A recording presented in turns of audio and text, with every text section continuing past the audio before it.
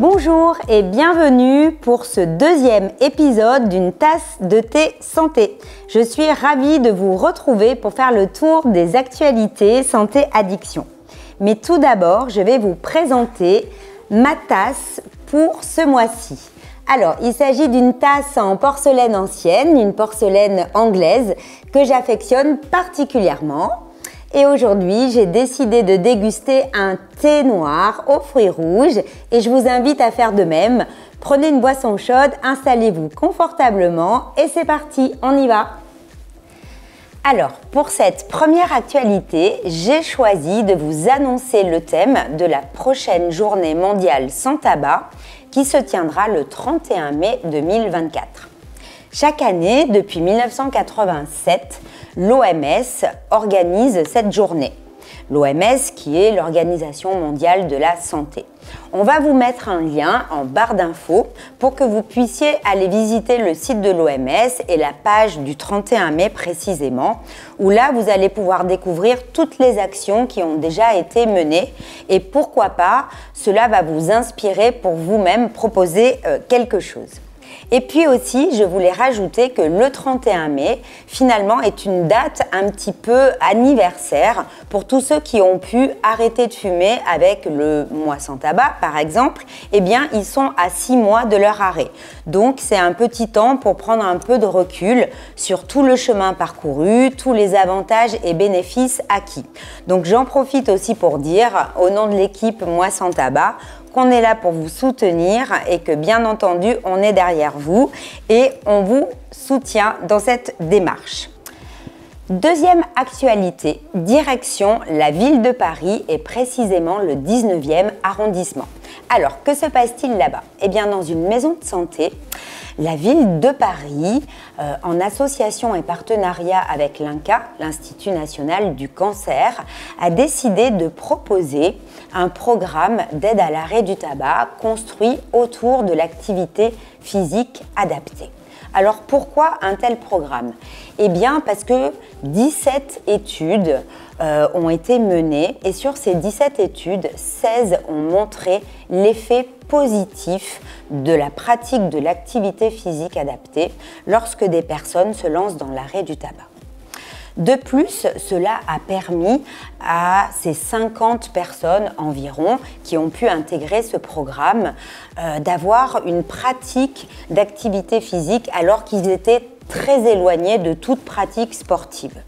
Il y a de nombreux avantages attendus, comme par exemple une meilleure qualité de sommeil, une meilleure, bien sûr, endurance, une gestion des épisodes de craving plus facile. Le craving, c'est ce besoin impérieux de consommer. Évidemment, un système cardiovasculaire beaucoup plus solide et puis une fonction respiratoire également améliorée.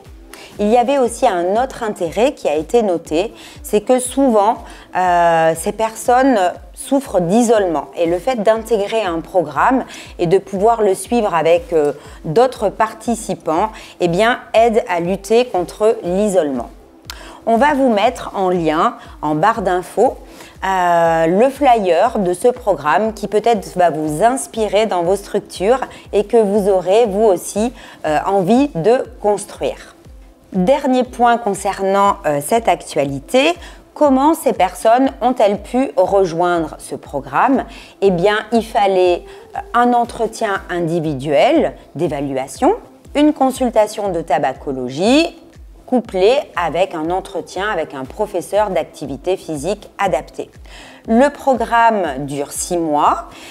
Il a été proposé et il sera mis en place là courant janvier-février 2024. Il sera évalué au bout de 6 mois. Les personnes pendant ces 6 mois vont avoir 2 à 3 heures d'activité physique hebdomadaire et dès que ce programme sera évalué, nous ne manquerons pas de revenir vers vous pour vous donner les résultats de cette évaluation. Pour cette troisième et dernière actualité, je vous emmène dans une pharmacie. Alors, que se passe-t-il dans cette pharmacie? Eh bien, depuis le mois de janvier 2024, une initiative du gouvernement permet aux jeunes de moins de 26 ans d'obtenir gratuitement des préservatifs féminins. Mais ce que vous ne savez peut-être pas, c'est que déjà depuis 1 an, il était possible de se procurer de la même façon des préservatifs masculins. Alors cela ne concerne pas toutes les marques de préservatifs, donc on va vous mettre un lien qui va vous permettre d'obtenir toutes les informations nécessaires. Cela afin de promouvoir la prévention des maladies sexuellement transmissibles. Ce qui m'amène à vous parler de la question du mois. Mais avant toute chose, on va revenir sur celle du mois dernier. Je vous avais posé la question suivante. Avez-vous remarqué une augmentation de la proposition des boissons non alcoolisées? Eh bien, la réponse a été oui. Vraiment, tout le monde pratiquement a répondu oui.